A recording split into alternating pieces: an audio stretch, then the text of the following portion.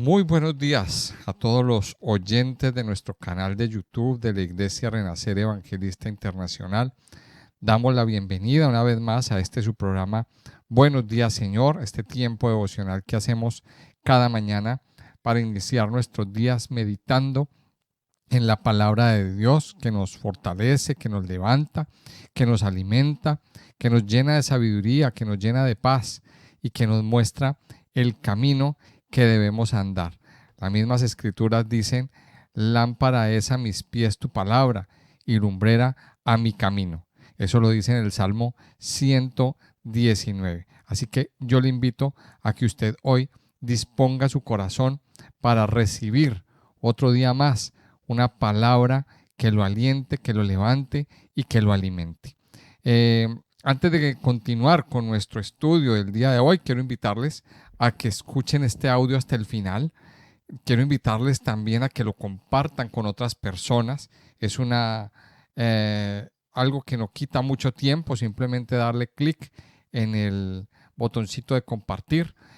También invitarles a que le den me gusta a este material. Si les ha sido de mucha bendición, yo les invito a que le den me gusta y también a que se suscriban a nuestro canal si no lo han hecho, para que así vamos conformando una comunidad de estudiosos y de amantes de la palabra de Dios. Y si usted quiere, también si usted lo desea, pues darle clic a la campanita de las notificaciones para que cuando haya alguna novedad que tengamos, algún video nuevo que saquemos o una transmisión en directo, pues usted sea el primero en enterarse. Así que vamos a la palabra de Dios, vamos al capítulo 44 del libro de Ezequiel. Estamos ya estudiando los últimos capítulos de nuestro libro, de este hermoso libro del profeta Ezequiel, donde pues a partir del capítulo 40, pues Dios le empieza a mostrar a Ezequiel una hermosa visión sobre el templo. Ya nos dio algunos detalles sobre algunas medidas, ya nos mostró las dimensiones, nos dio un recorrido virtual por el templo. Ahora, si usted no alcanza a entender cómo es ese recorrido, pues bueno, yo les voy a dejar al final de este video un enlace para otro video para que usted pueda visualizarlo y entenderlo, cómo va a ser el templo que va a ser construido en el milenio. Y después de todas estas medidas y todas estas dimensiones, el capítulo 43 nos dice que Ezequiel visualizó que la gloria del Señor entró y llenó el templo. Y esto es un punto muy importante porque ahora en el capítulo 44 va a ser un poquito referencia a ese pasaje. Y lo que vamos a encontrar en el capítulo 44 es una restauración de los servicios religiosos en Israel, porque el pueblo se había extraviado, el pueblo se le olvidó los mandatos del Señor y Dios aquí quiere venir y restaurar de nuevo el servicio, quiere venir y restaurar de nuevo a los siervos, a los sacerdotes, a aquellas personas que Dios consagró desde el principio de los tiempos para que le sirvieran. Dios los va a volver a traer. Vamos a mirar lo que dice Ezequiel en el capítulo 44. Las primeras partes dicen: me hizo volver hacia la puerta exterior del santuario, la cual mira hacia el oriente, y estaba cerrada. Y me dijo Jehová: esta puerta estará cerrada, no se abrirá ni entrará por ella hombre, porque Jehová, Dios de Israel, entró por ella. Estará, por tanto, cerrada. En cuanto al príncipe, por ser el príncipe, él se sentará allí para comer pan delante de Jehová. Por el vestíbulo de la puerta entrará, y por ese mismo camino saldrá. Y me llevó hacia la puerta del norte, por delante de la casa. Y miré, y he aquí la gloria de Jehová había llenado la casa de Jehová. Y me postré sobre mi rostro. Y me dijo Jehová: hijo de hombre, pon atención y mira con tus ojos, y oye con tus oídos todo lo que yo hablo contigo sobre todas las ordenanzas de la casa de Jehová. y todas sus leyes, y pon atención a las entradas de la casa y a todas las salidas del santuario. Y vamos a ver que entonces en esta primera parte, en estos primeros 5 versículos, el Señor lo primero que dice es, eh, lleva a Ezequiel a la puerta del oriente. Dicen, me hizo volver hacia la puerta exterior del santuario, la cual mira hacia el oriente. Si miramos bien las medidas y los datos que Ezequiel nos da en los capítulos anteriores, vamos a ver que el templo tiene una forma cuadrada. Al contrario de los demás, de los otros templos que han habido, este templo, según las especificaciones que el Señor mismo le dio a Ezequiel, eh, tiene una forma cuadrada. O sea, 4 lados exactamente iguales y en el centro de cada uno de los lados hay una entrada. O sea que hay una entrada oriental, hay una entrada sur, hay una entrada norte y hay una entrada por el otro lado, por el este. Entonces, miremos esto. Hay 4 entradas, pero hay una entrada especial y es la entrada oriental. Y dice aquí, me hizo volver hacia la puerta exterior del santuario. Yo les estoy dejando fotos ahí para que ustedes en el video, les estoy dejando algunas imágenes para que ustedes puedan visualizarlo. Pero habían unas entradas exactamente iguales en el interior que daban a los lugares santos, al lugar santo y al lugar santísimo. Y esas entradas también habían unas entradas exteriores. Entonces eso es lo que está diciendo, me hizo volver hacia la puerta exterior del santuario, la cual mira hacia el oriente, y estaba cerrada. ¿Por qué esa puerta estaba cerrada? Porque Dios había entrado por ahí, porque fue el lugar por donde la gloria de Dios entró. Quizá lo que se deja ver es que, bueno, ¿por qué estaba cerrada? Porque a lo mejor los mismos, bueno, Dios ordenó que se cerrara para que nadie más pudiera entrar por ahí, porque era el lugar por donde Dios entraba. Ahora, aquí causa un poquito de polémica. Les voy a explicar por qué. Porque en Israel, en Jerusalén actualmente, encontramos que hay una puerta, que es la puerta oriental, que está cerrada, está sellada. Ya se los expliqué en el capítulo anterior. Esa puerta está cerrada, esa puerta fue sellada por el sultán otomano Suleimán. ¿Y por qué la selló? Porque él conocía la profecía de que había de venir un Mesías que había de entrar por esa puerta oriental. Y esa puerta se selló. O sea, quizá para que no entrara, pero también Dios mismo podríamos, esto es una interpretación mía, o sea, esto es algo que yo lo digo, no lo dice otro comentarista. A lo mejor es que Dios lo utilizó a este hombre para ese propósito. Total que esa puerta está cerrada. Esa puerta está cerrada y hay muchos que dicen, que aseguran que esa es la puerta sellada de Ezequiel. Hay otros que dicen que no.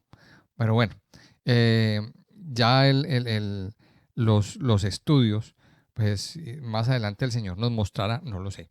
Le pedimos al Señor revelación y que nos muestre si sí coincide o no. Lo que sí podemos decir es que esa puerta que está sellada da directamente a la explanada del templo, a la parte oriental del templo. O sea, esa puerta nos da directamente allá, entraba directamente a donde era el templo. O sea que eh, podríamos decir que esta profecía está cumplida en parte. Bueno, vamos a ver y vamos a ubicarnos en el futuro.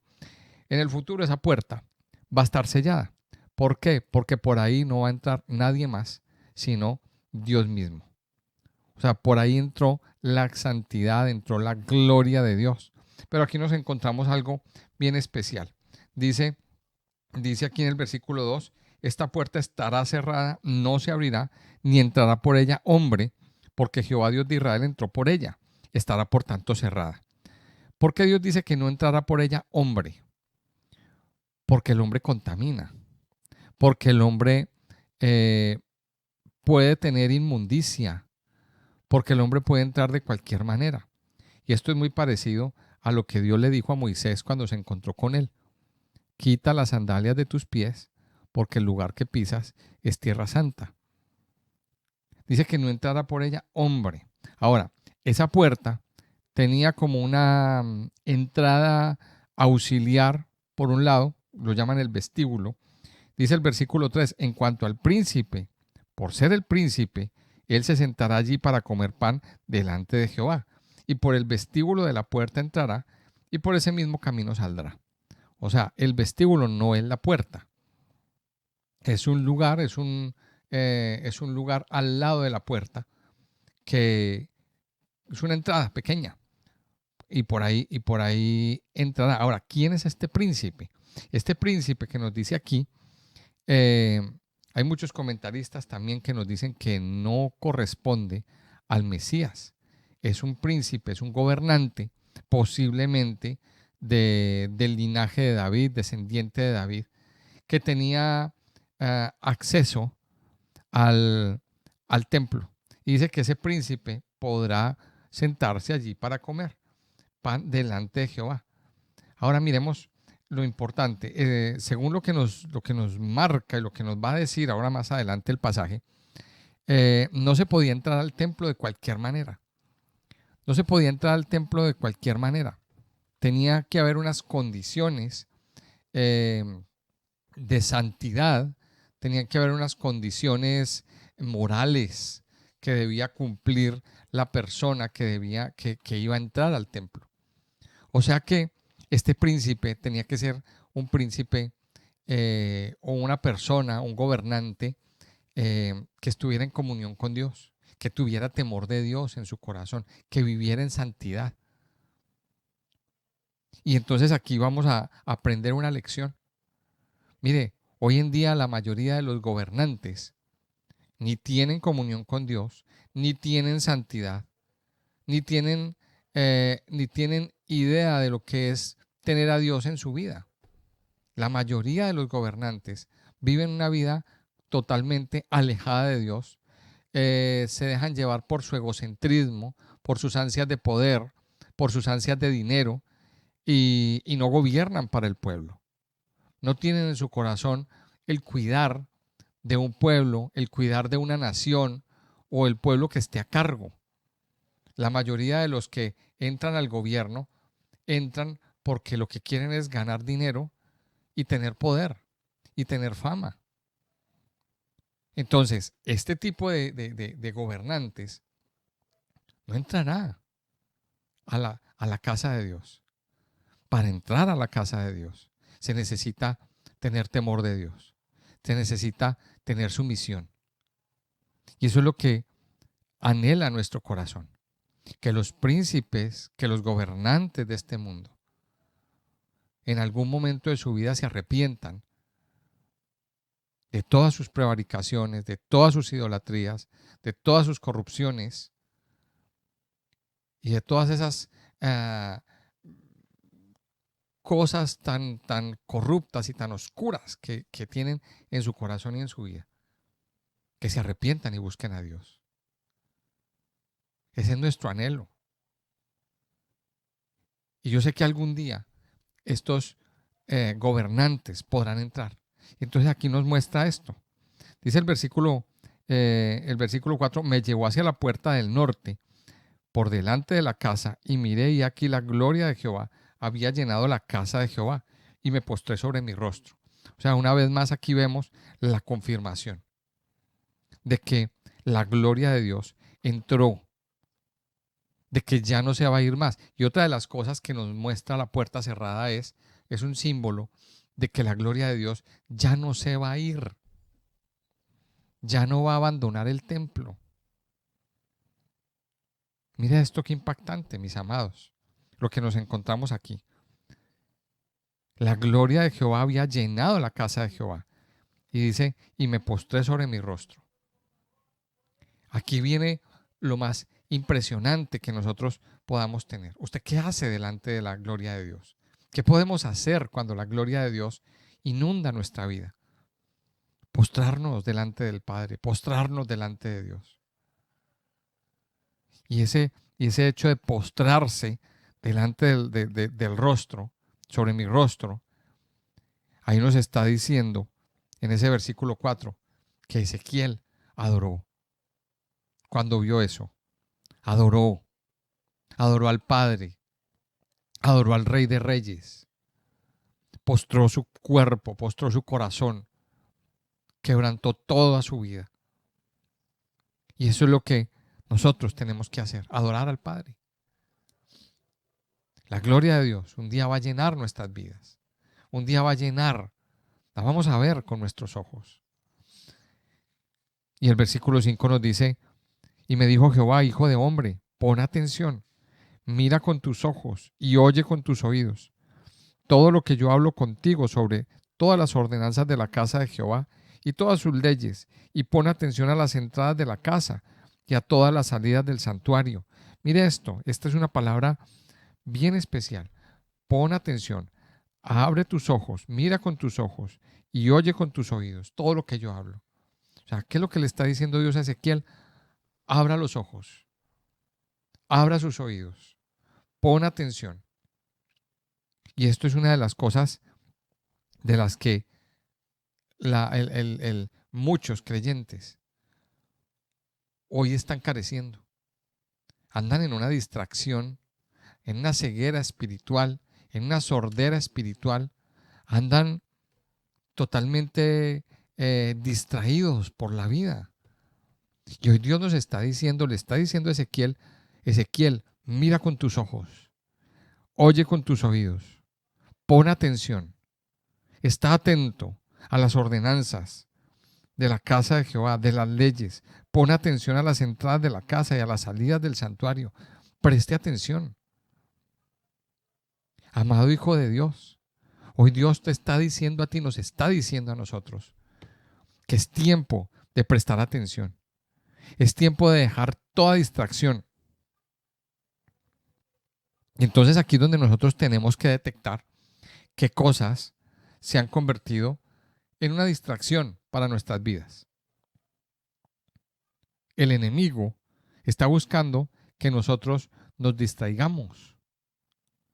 Quiere una sociedad distraída. Quiere una sociedad que no le preste atención a la palabra de Dios. El enemigo está buscando unas personas que no le presten atención a la palabra de Dios, que no vean, que no oigan, que no entiendan.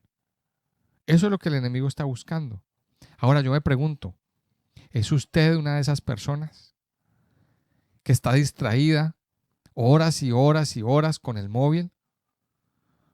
Horas y horas viendo la televisión, viendo películas, viendo series, viendo Netflix. ¿Es usted una de esas personas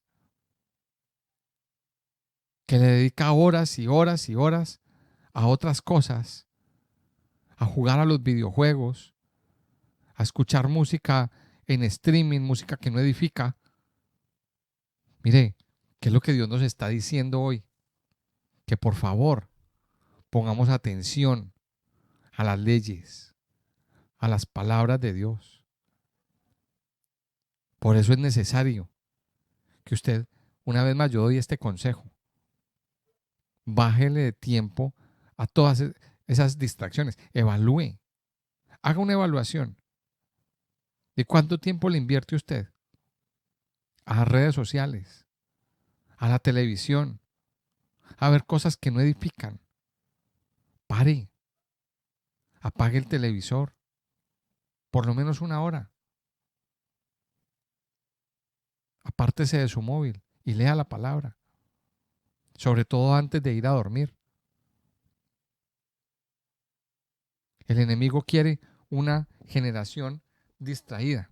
Dice del versículo 6 en adelante, voy a leer de corrido hasta el 9, dice: así dirás a los rebeldes, a la casa de Israel, así ha dicho Jehová el Señor, basta ya de todas vuestras abominaciones, oh casa de Israel, de traer extranjeros incircuncisos de corazón e incircuncisos de carne para estar en mi santuario y para contaminar mi casa, de ofrecer mi pan, la grosura y la sangre, y de invalidar mi pacto con todas vuestras abominaciones, pues no habéis guardado lo establecido acerca de mis cosas santas, sino que habéis puesto extranjeros como guardas de las ordenanzas de mi santuario. Así ha dicho Jehová el Señor: ningún hijo de extranjero, incircunciso de corazón e incircunciso de carne, entrará en mi santuario, de todos los hijos de los extranjeros que están entre los hijos de Israel. Y aquí nos encontramos otra orden, una reprensión. ¿A quién? A los rebeldes. Una reprensión a la casa de Israel por esas profanaciones anteriores del santuario de Dios. Dios les dio 2 templos. Vamos a pensar en esto. Dios le dio al pueblo de Israel 2 templos. Les dio el primero y lo profanaron. Les dio el segundo y también lo profanaron. Tanto el primero como el segundo fueron destruidos. Y yo les voy a dar un dato. Esos 2 templos fueron destruidos el mismo día. No sé si ustedes lo sabían. Cosa curiosa, ¿verdad? Fueron destruidos el mismo día. El día 9 del mes de Ab. Eso es más o menos como en julio, por ahí. Como entre mediados y finales de julio. ¿Y qué es lo que Dios le está diciendo? A los rebeldes, a la casa de Israel: estoy cansado. Basta ya de vuestras abominaciones. Y mire, les da una fuerte reprimenda por esto. Y aquí hay algo que es bien especial. Basta de traer extranjeros incircuncisos de corazón e incircuncisos de carne para estar en mi santuario y para contaminar mi casa, y ofrecer mi pan, la grosura y la sangre, y de invalidar mi pacto con todas vuestras abominaciones. ¿Será que con estas palabras Dios está rechazando a los extranjeros? ¿Será que alguien puede decir, es que aquí hay un versículo donde podemos justificar que Dios es xenófobo? La xenofobia es el rechazo a los extranjeros. Y eso lo vemos mucho en nuestras mismas personas cuando estamos en otra tierra que no es nuestro país. Y los autóctonos suelen rechazar mucho a los que vienen de fuera. Y los rechazan. Los rechazan, los menosprecian, los insultan, solo porque son extranjeros. Ahora, ¿es acaso Dios xenófobo por esta palabra? Vamos a examinar un poquito qué es lo que esto tiene. Mire, ¿qué pasaba con los extranjeros? Los extranjeros eran personas idólatras. Los extranjeros eran personas dedicadas al paganismo, a adorar otros dioses. Eso sucedía con los extranjeros. Por eso Dios habla del extranjero. Los extranjeros eran personas dedicadas a adorar a otros dioses. Y entonces habla de extranjeros, de incircuncisos de corazón y de incircuncisos de carne. Mire que aquí está hablando de dos cosas. Incircuncisos de corazón son aquellos que no se han convertido. Son aquellos que no han cambiado sus actitudes. Aunque por fuera, aparentemente, sí tengan una buena actitud. Entonces dice, está hablando de los incrédulos, pero también está hablando de los incircuncisos de carne, de personas que no han entrado en el pacto con Dios. Mire que esto aquí está bien fuerte. ¿Quiénes podían entrar? No podían entrar, perdón, los incircuncisos de corazón e incircuncisos de carne. Dice, para entrar en mi santuario y para contaminar mi casa. Ahora, una vez más, volvemos a la pregunta. Entonces, ¿Dios está rechazando a los extranjeros? ¿Qué quiere decir? Mire, hay un beneficio que sacamos de estudiar la palabra de Dios. Y es que la misma Biblia nos responde a estas preguntas. Entonces nos tenemos que ir al capítulo 56 del libro de Isaías. En el versículo 3, mire lo que dice. Y el extranjero que sigue a Jehová, no hable diciendo, me apartará totalmente Jehová de su pueblo, ni dígale eunuco, he aquí yo soy árbol seco, porque así dijo Jehová, a los eunucos que guarden mis días de reposo y escojan lo que yo quiero y abracen mi pacto, yo les daré lugar en mi casa y dentro de mis muros y nombre mejor que el de hijos e hijas. Nombre perpetuo les daré, que nunca perecerá. Y a los hijos de los extranjeros que sigan a Jehová para servirle y que amen el nombre de Jehová para ser sus siervos, a todos los que guarden el día de reposo para no profanarlo y abracen mi pacto, yo los llevaré a mi santo monte y los recrearé en mi casa de oración. Sus holocaustos y sus sacrificios serán aceptos sobre mi altar, porque mi casa será llamada casa de oración para todos los pueblos. Y ahí nos está confirmando precisamente este hecho. Dios no está rechazando al extranjero por ser extranjero. Y aquí lo está diciendo en Ezequiel, en Isaías 56.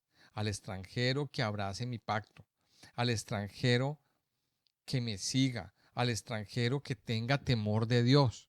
A ese le voy a dar habitación en mi santo monte. Es una cosa bien especial. Ahora, dentro de ese paquete, pues seguramente entramos nosotros, porque usted y yo somos extranjeros. Ahora, cuando abrazamos el pacto, cuando abrazamos y tenemos temor de Dios en nuestros corazones, el Señor nos recibe en su casa. Dice el versículo 10, y los levitas que se apartaron de mí cuando Israel se alejó de mí, yéndose tras sus ídolos, llevarán su iniquidad y servirán en mi santuario como porteros a las puertas de la casa y sirvientes en la casa.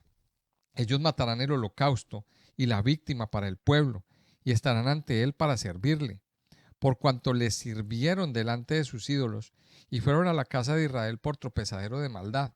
Por tanto, he alzado mi mano y jurado, dice Jehová el Señor, que ellos llevarán su iniquidad. No se acercarán a mí para servirme como sacerdotes, ni se acercarán a ninguna de mis cosas santas, a mis cosas santísimas, sino que llevarán su vergüenza y las abominaciones que hicieron.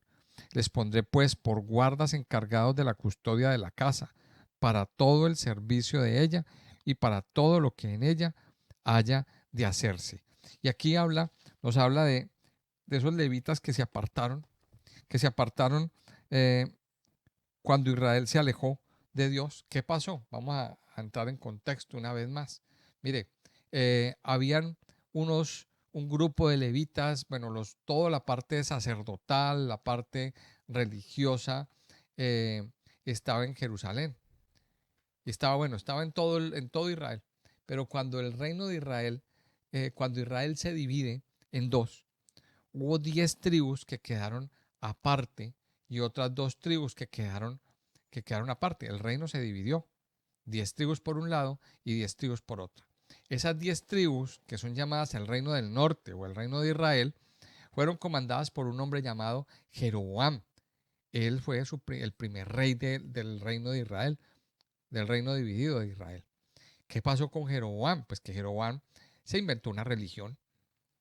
Se inventó una religión con sus reglas, con sus sacerdotes, con sus fiestas, con sus días de fiesta, o sea, todo completo, todo el paquete completo. Entonces, muchos sacerdotes, muchos levitas cayeron en ese engaño y terminaron sirviendo a esos sacerdotes, a esos ídolos. Terminaron sirviendo a Baal. Otro tanto de sacerdotes y de levitas se fueron al reino de Judá. Se fueron exiliados, personas que tenían temor de Dios en sus corazones, que tenían una fe firme. Ellos se fueron y se fueron a Jerusalén y llegaron allí. Pero hubo otro tanto de levitas que se quedó. Entonces, esta palabra es para esa descendencia de esos levitas. ¿Por qué se extraviaron cuando llegaron los ídolos? Y ahora vienen el pacto, dice, y los levitas que se apartaron de mí, cuando Israel se alejó de mí, llevarán su iniquidad. O sea, cuando la Biblia nos habla de llevarán su iniquidad, nos está hablando de que asumirán las consecuencias. Y cuando hablamos de los levitas que se apartaron de mí, estamos hablando de los descendientes de esas personas. Si se comprueba esa descendencia, pues entonces no tendrán derecho al, al, al sacerdocio, no tendrán derecho a los privilegios cuando esté el templo establecido. Dice el versículo 12, por cuanto le sirvieron delante de sus ídolos y fueron a la casa de Israel por tropezadero de maldad. Claro, porque ellos debían ser las luces que el pueblo de Israel tenía para decir, no se alejen, por favor, ¿qué están haciendo? Ellos debían de haber advertido al pueblo de Israel de su locura y de su idolatría, pero no lo hicieron. Fueron de los primeros que cayeron en esa idolatría. Cayeron ellos mismos en la idolatría, se perdieron ellos también. Entonces aquí vemos una lección.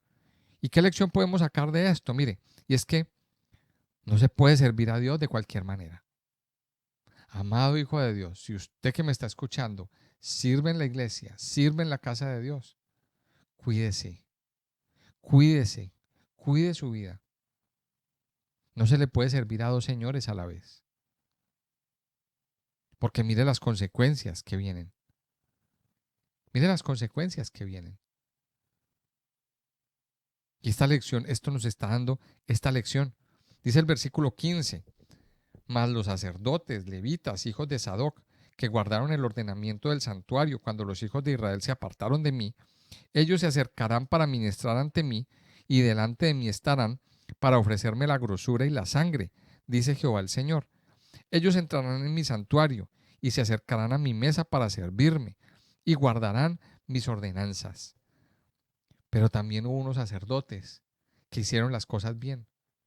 Y dice aquí, los sacerdotes levitas, hijos de Sadoc. Sadoc era un descendiente de Fineas, de Finés o Pinjas. Bueno, se llama de diferentes maneras. ¿Quién fue este hombre, Finés? Finés fue el hombre que se levantó cuando el pueblo de Israel estaba pecando con las mujeres madianitas, y dice que este hombre cogió una lanza y mató a un israelita que estaba pecando con una prostituta del templo de Madián. Estaban idolatrando y estaban teniendo relaciones sexuales. Y ese pecado, que lo encontramos ahí en la Torá, en el libro de Números, le costó la vida a miles de personas, porque idolatraron, porque cayeron en pecado. Y Finés, este hombre que era hijo del sacerdote Eleazar, se levantó y hizo lo que tenía que hacer. Se levantó y hizo lo que tenía que hacer. Juicio divino. Y cuando él hizo eso, la mortandad paró. Leas el pasaje. Puede leerlo. Mire, este hombre Sadoc es descendiente de Finés. Y esta descendencia, Dios la guardó. Santidad en el servicio, mis amados. Es lo que el Señor nos está diciendo aquí en esta sección. Santidad en el servicio. Dios quiere que nuestro servicio sea santo, sea limpio, sea renovado. Pero para tener santidad, usted y yo, como siervos de Dios, y aquí le estoy hablando a los siervos, le estoy hablando a todo aquel que esté o desee servir en la casa de Dios.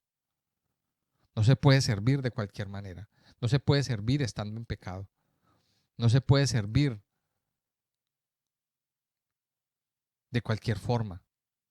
Hay unas condiciones, pero Dios premia la santidad, la fidelidad a Dios. Dice el versículo 17 en adelante. Dice, y cuando entren por las puertas del atrio interior, se vestirán vestiduras de lino. No llevarán sobre ellos cosa de lana. Cuando ministren en las puertas del atrio interior y dentro de la casa, turbantes de lino tendrán sobre sus cabezas y calzoncillos de lino sobre sus lomos. No se ceñirán cosas que los haga sudar. Cuando salgan al atrio exterior, al atrio de afuera, al pueblo, se quitarán las vestiduras con que ministraron, y las dejarán en las cámaras del santuario, y se vestirán de otros vestidos, para no santificar al pueblo con sus vestiduras. Y no se raparán su cabeza, ni dejarán crecer su cabello, sino que lo recortarán solamente. Ninguno de los sacerdotes beberá vino cuando haya de entrar en el santuario interior, ni viuda, ni repudiada tomará por mujer, sino que tomará virgen del linaje de la casa de Israel, o viuda que fuere viuda de sacerdote. Y enseñarán a mi pueblo a hacer diferencia entre lo santo y lo profano, y les enseñarán a discernir entre lo limpio y lo no limpio. En los casos de pleito, ellos estarán para juzgar. Conforme a mis juicios juzgarán, y mis leyes y mis decretos guardarán en todas mis fiestas solemnes, y santificarán mis días de reposo. No se acercarán a hombre muerto para contaminarse, pero por padre o madre, hijo o hija, hermano o hermana que no haya tenido marido, sí podrán contaminarse. Y después de su purificación le contarán 7 días. Y el día que entre al santuario, al atrio interior para ministrar en el santuario, ofrecerá su expiación, dice Jehová el Señor. Y habrá para ellos heredad. Yo seré su heredad. Pero no les daréis posesión en Israel. Yo soy su posesión. La ofrenda y la expiación y el sacrificio por el pecado comerán, y toda cosa consagrada en Israel será de ellos. Y las primicias de todos los primeros frutos de todo, y toda ofrenda de todo lo que se presente, de todas vuestras ofrendas, será de los sacerdotes. Asimismo daréis al sacerdote las primicias de todas vuestras masas, para que repose la bendición en vuestras casas.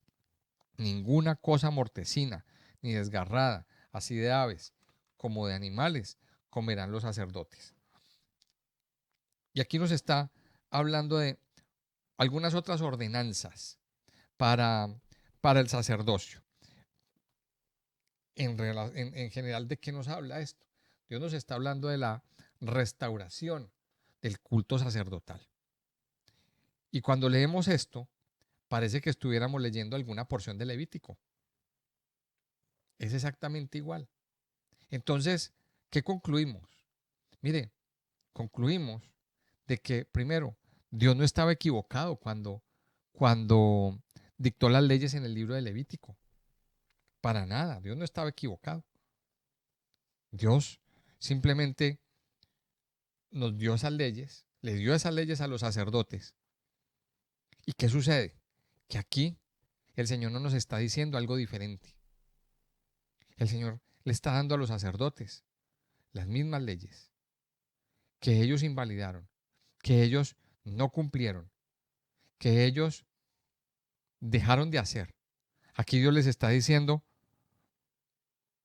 se restaura el sacerdocio.